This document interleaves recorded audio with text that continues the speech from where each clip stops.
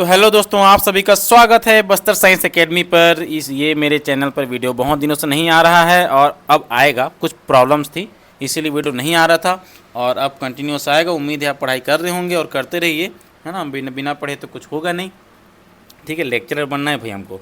तो ये जो वीडियो मैं आज का वीडियो जो बनाया हूँ, ये वीडियो कुछ नहीं है, ये बेसिक्स नॉलेज है। क्या कौन सा नॉलेज है? Basic knowledge. क्या बेसिक नॉलेज? जो पिछले लेक्चर में मेरा जो लास्ट वीडियो था, photo electric effect, Einstein equation और स्टॉपिंग पोटेंशियल के बारे में, उन सभी को रिकॉल करवाने के लिए, आपके माइंड का एक्सरसाइज कराने के लिए ये छोटा सा वीडियो बनाया हूँ। 10 मिनट या 12 मिनट का वीडियो होगा। इसमें 8-10 क्वेश्चंस हैं जो कि बहुत इंपॉर्टेंट नहीं हैं। इंपॉर्टेंट क्यों नहीं है? ये बेसिक है। मतलब अगर आपको फोटो इलेक्ट्रिक इफेक्ट आता है तो ये 8-10 क्वेश्चन आपको आने चाहिए।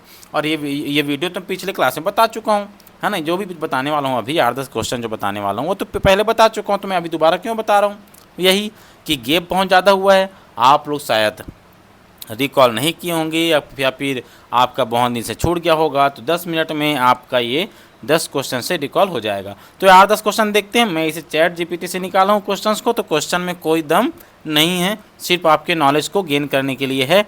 आप जो पढ़े थे आपको याद है कि नहीं, वो चीज़ देखने के लिए है, ठीक है। तो हम लोग पिछले में क्या पढ़ चुके थे? आइंस्टाइन इक्वेशन पढ़े थे, आपको याद होगा। h new equal to 5 + half mv max का स्क्वायर, ये था इक्वेशन। अच्छा, ये हाफ, ये जो है, ये वाला जो वैल्यू है, इसको क्या बोलते हैं? Maximum kinetic energy. इसका मतलब इसको हम ऐसे भी लिख सकते हैं 5 + मैक्सिमम काइनेटिक एनर्जी, ठीक है। अब मैक्सिमम काइनेटिक एनर्जी क्या होता है? किसके बराबर होता है? स्टॉपिंग पोटेंशियल के। ये सब आपको याद आ रहा है ना? तो ये 3-4 इक्वेशन है। इसको अगर मैं यहाँ पे रख दूँ तो यही इक्वेशन कैसे बदल जाएगा? h new equal to 5 + EV0। तो इतने सारे हो गए, ये सब पहले बता चुका हूँ, तो इसमें कोई परेशान होने वाली बात नहीं है। 8-10 क्वेश्चन है, फटाफट देखते हैं, आपका रिकॉल हो जाएगा। जो भी चीज़ भूले थे वापस याद आ जाएगा। उसके लिए 10 क्वेश्चन देख लीजिए फटाफट। पहला क्वेश्चन है, जब इंसिडेंट लाइट की इंटेंसिटी बढ़ाई जाती है, तो इंटेंसिटी मतलब क्या होता है? सुनो, ये सूर्य है, ठीक है। ऐसी ही बेहतर वीडियो, बेहतर इमेज बनाने के लिए ऐसी डायग्राम अगर बनाना सीखना है, इतना बेहतरीन, तो मुझे कांटेक्ट करें, ठीक है। इसमें से लाइट आया, फोटॉन मतलब बंडल आया। ये लाइट के बहुत सारे बंडल्स हैं, पार्टिकल्स हैं। एक पार्टिकल मतलब एक बंडल को हम क्या बोलेंगे? फोटॉन। अब देखिए, मैं 2 चीज़ दिखा रहा हूँ। एक ये वाला हिस्सा जिसमें नंबर ऑफ फोटॉन कम है, इसका इंटेंसिटी हो गया I1। इसमें देखो नंबर ऑफ फोटॉन ज़्यादा है, इसको बोल देता हूँ मैं, इसकी इंटेंसिटी को I2। तो I2 मतलब क्या है? नंबर ऑफ फोटॉन ज़्यादा। I1 मतलब नंबर ऑफ फोटॉन कम। तो नंबर्स ऑफ फोटॉन का कम या ज़्यादा होना ही इंटेंसिटी कहलाएगा। कहने का मतलब नंबर ऑफ फोटॉन कम तो फिर इसका intensity come, number of photon ज़्यादा तो इंटेंसिटी ज़्यादा। तो देखो, इंटेंसिटी अगर ज़्यादा होता है, क्योंकि क्वेश्चन बोला है कि बढ़ाई जाती है, तो इंटेंसिटी ज़्यादा होगा, है ना। तो फिर क्या होगा? ओहो, वेट अ मिनट, सरको गयो। इंटेंसिटी बढ़ेगा तो क्या बढ़ेगा? नंबर ऑफ फोटॉन बढ़ेंगे। और एक फोटॉन जो है एक इलेक्ट्रॉन को टक्कर मारता है। तो अगर फोटॉन बढ़ेगा तो नंबर ऑफ इलेक्ट्रॉन, कौन सा electron? Photo electron. Number of electron, है ना, जो बाहर निकलेंगे वो ज़्यादा होगा। जब नंबर ऑफ इलेक्ट्रॉन ज़्यादा होगा, इसका मतलब सर्किट में करंट ज़्यादा फ्लो होगा। सही बात है। इसका एनर्जी से कोई वास्ता नहीं है। क्यों नहीं है? क्योंकि फोटॉन चाहे जितना हो जाए, इंटेंसिटी बढ़ेगा, लेकिन हर एक फोटॉन की एनर्जी कितना होता है? h new. वो h न्यू ही रहेगा, कोई बदलाव नहीं होने वाला।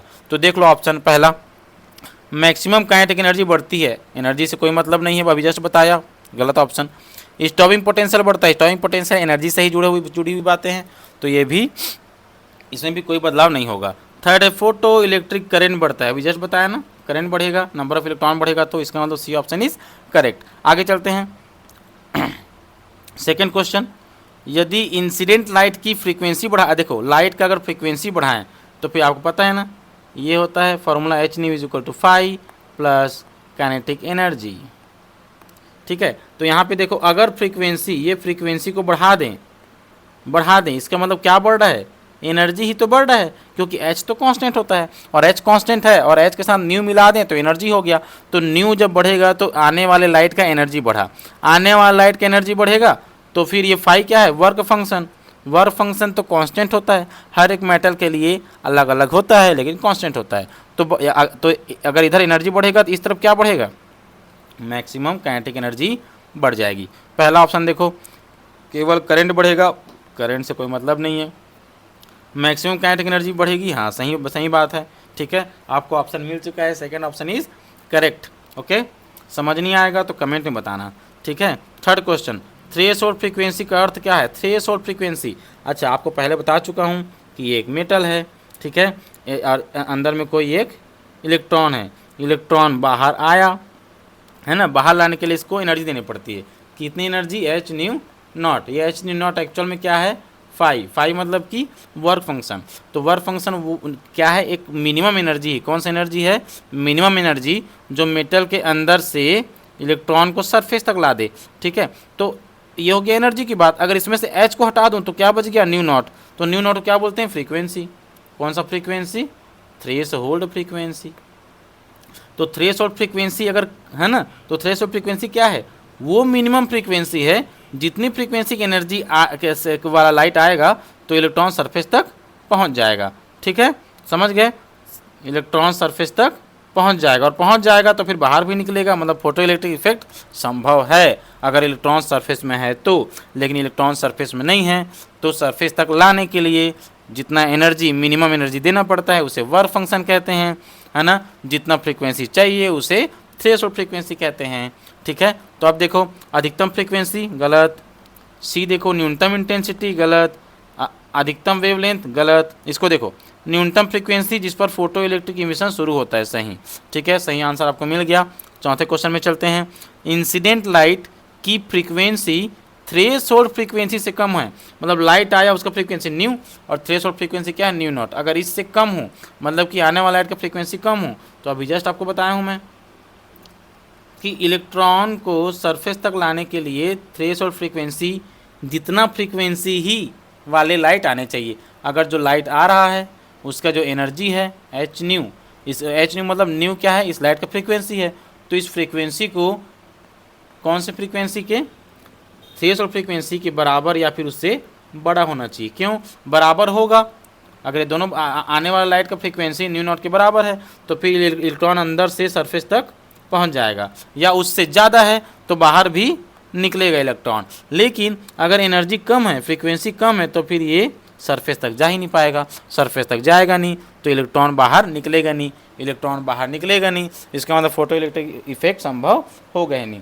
तो यहाँ पे क्या बोला है, इंसिडेंट लाइन की फ्रीक्वेंसी थ्रेशोल्ड फ्रीक्वेंसी से कम होगी, कम होगी तो इलेक्ट्रॉन बाहर निकलेगा ही नहीं, है ना। तो देखो, इलेक्ट्रॉन कम एनर्जी से निकलेंगे, गलत, इलेक्ट्रॉन तो निकलेगा ही नहीं। सेकेंड, करंट कम होगा, जब इलेक्ट्रॉन नहीं निकलेगा तो करंट कहाँ से आएगा, है ना। डी, स्टॉपिंग पोटेंशियल बढ़ जाएगी, गलत बात है। स्टॉपिंग पोटेंशियल तब बढ़ेगा जब इलेक्ट्रॉन बाहर निकलेगा, इलेक्ट्रॉन बाहर निकला नहीं है तो स्टॉपिंग पोटेंशियल क्यों बढ़ेगा। कोई फोटो इलेक्ट्रॉन उत्सर्जित नहीं होगी, कोई भी फोटो इलेक्ट्रॉन बाहर नहीं निकलेगी। ये बात तो मैं समझा चुका हूँ डायग्राम के जरिए और आप सभी को समझ में आ भी चुका है, ठीक है। आगे चलते हैं। नंबर ऑफ क्वेश्चन फिफ्थ, ये बहुत बेसिक्स और बेकार क्वेश्चन है, ये क्वेश्चन एग्जाम में कभी नहीं आ सकता। यहाँ लिखा देखो, work function 2.5, work function 2.5 electron volt. देखो इंसिडेंट फोटोन की एनर्जी, इंसिडेंट फोटोन का एनर्जी क्या होता है, एच न्यू, कितना है 4.5। क्या निकालना है, मैक्सिमम काइनेटिक एनर्जी हमें फाइंड आउट करनी है। फॉर्मूला क्या होता है, h new is equal to 5 + के मैक्स, ठीक है।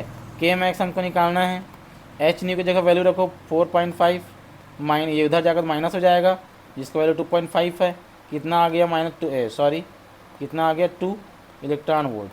2 कहाँ है, सेकेंड ऑप्शन राइट, ठीक है। ये एग्जाम में नहीं आएगा, इंपॉर्टेंट नहीं है, सिर्फ बेसिक क्वेश्चन है, आपको छोटा छोटा बेसिक आपके नॉलेज के लिए ही इसको बता रहा हूँ। तो इसको, ये सर क्या बता रहे हैं तो ये सब तुमको आता है, अगर आपको ऐसा लग रहा है तो अच्छी बात है, आपको ये चीज़ आना ही चाहिए, उसी के लिए पढ़ा रहा हूँ मैं, ठीक है। क्वेश्चन नंबर 6, स्टॉपिंग पोटेंशियल वह विभव है। तो स्टॉपिंग पोटेंशियल मैं जब लेनार्ड एक्सपेरिमेंट पढ़ाया था तो बता चुका था कि यहाँ पे कैथोड होता है, यहाँ पे एनोड होता है, यहाँ पे क्या होता है, सर्किट होते हैं, ठीक है। तो ये जो कैथोड है इसमें जैसे ही लाइट आता है तो इसमें से इलेक्ट्रॉन बाहर निकलना स्टार्ट हो जाता है जी, है ना। और आपको बताया हूँ कि मेटल के अंदर जो अंदर में एक इलेक्ट्रॉन है, जैसे ही बाहर निकलने का प्रयास कर जैसे ही इसको एनर्जी दोगे, कितना एनर्जी दोगे इसको, एच न्यू ही दोगे ना। एक इलेक्ट्रॉन को एनर्जी एक फोटोन ही देता है, एक फोटोन की एनर्जी एच न्यू होता है, तो एक इलेक्ट्रॉन को एनर्जी एच न्यू ही मिलेगा।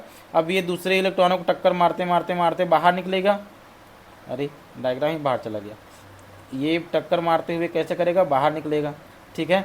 जो इससे थोड़ा ऊपर में रहेगा वो कम टक्कर मारते हुए ऊपर निकलेगा, और जो सरफेस में होगा उसको टक्कर मारने की जरूरत ही नहीं। अब सोच कर देखो, एच न्यू एनर्जी इसको मिला तो ये टक्कर मारने में अपनी एनर्जी खो दिया, मतलब इसके पास बाहर में काइनेटिक एनर्जी के लिए एनर्जी कम बचेगी, मतलब भागने के लिए, है ना, ट्रैवल करने के लिए एनर्जी कम बचेगी, है ना, कम एनर्जी।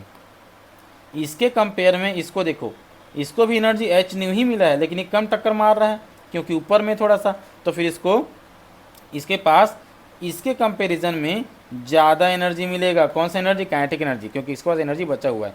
जो सरफेस में है उसको एच न्यू एनर्जी जैसे ही मिलेगा इतना पूरा लेकर वो भाग जाएगा, मतलब काइनेटिक एनर्जी इसका कितना रहेगा, मैक्सिमम काइनेटिक एनर्जी।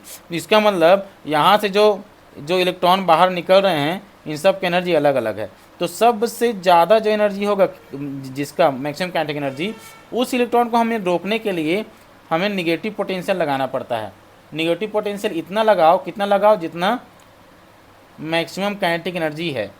अगर इतना ही एनर्जी हम अपोजिट लगा दें तो वो इलेक्ट्रॉन रुक जाएगा जिस इलेक्ट्रॉन की एनर्जी मैक्सिमम था, तो सीधी सी बात है बाकी इलेक्ट्रॉन की एनर्जी कम था वो तो रुकेंगे ही रुकेंगे, ठीक है। तो फिर स्टॉपिंग पोटेंशियल क्या था कि मैक्सिमम काइनेटिक एनर्जी वाला इलेक्ट्रॉन को भी रोक दे, मतलब कोई भी इलेक्ट्रॉन एनोड के थ्रू बाहर ना जाए, मतलब सर्किट में कोई भी करंट फ्लो नहीं होगा। क्लियर बात है। तब देखते हैं ऑप्शन, देखो सभी इलेक्ट्रॉन रुक जाते हैं, सही बात, सभी इलेक्ट्रॉन रुक जाते हैं।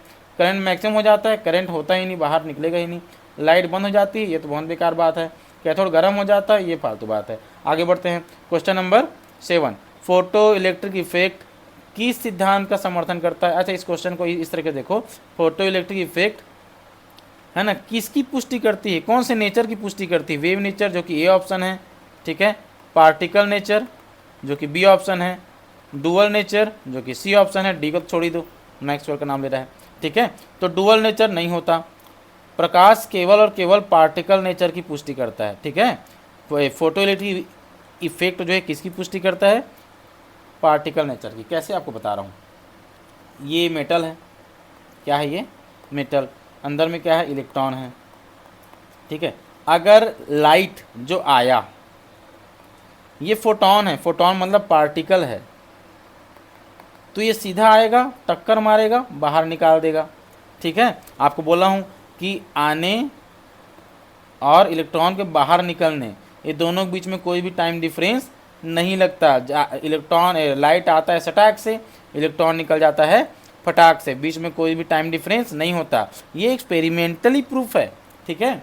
एक्सपेरिमेंट के जरिए इसे प्रूफ किया गया है ना। तो ये तो मानना ही पड़ेगा आप लोगों को कि लाइट के आने और इलेक्ट्रॉन के बाहर निकल जाने के बीच कोई टाइम डिफरेंस, कोई टाइम लैगिंग नहीं होता है, ठीक है। लेकिन इसी को देखो, अगर वेव नेचर होता तो लाइट पहले आता और पूरे इसके सरफेस में फैल जाता एनर्जी। जितना एनर्जी लाइट लेकर आता वो एनर्जी सरफेस में समान रूप से मिलता, मतलब एक इलेक्ट्रॉन यहाँ पे है, एक इलेक्ट्रॉन यहाँ पे है। इलेक्ट्रॉन को बाहर निकलने के लिए क्या चाहिए रहता है, work function H new not, ये चाहिए होता है। अब जब लाइट आएगा और उस लाइट की एनर्जी पूरा सरफेस में समान रूप से बट जाएगा, तो इस इलेक्ट्रॉन को स्टार्टिंग में उतना एनर्जी मिलेगा ही नहीं जितने इसको बाहर निकलने के लिए, है ना, बाहर निकलने के लिए चाहिए।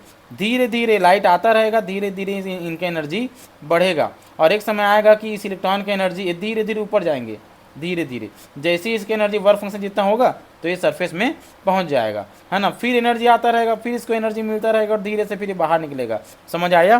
तो इसका मतलब क्या हुआ कि लाइट के आने में और इलेक्ट्रॉन के बाहर निकलने में बहुत ज़्यादा टाइम लगता अगर वेव नेचर होता तो, जबकि ऐसा एक्सपेरिमेंट में नहीं होता है, ठीक है।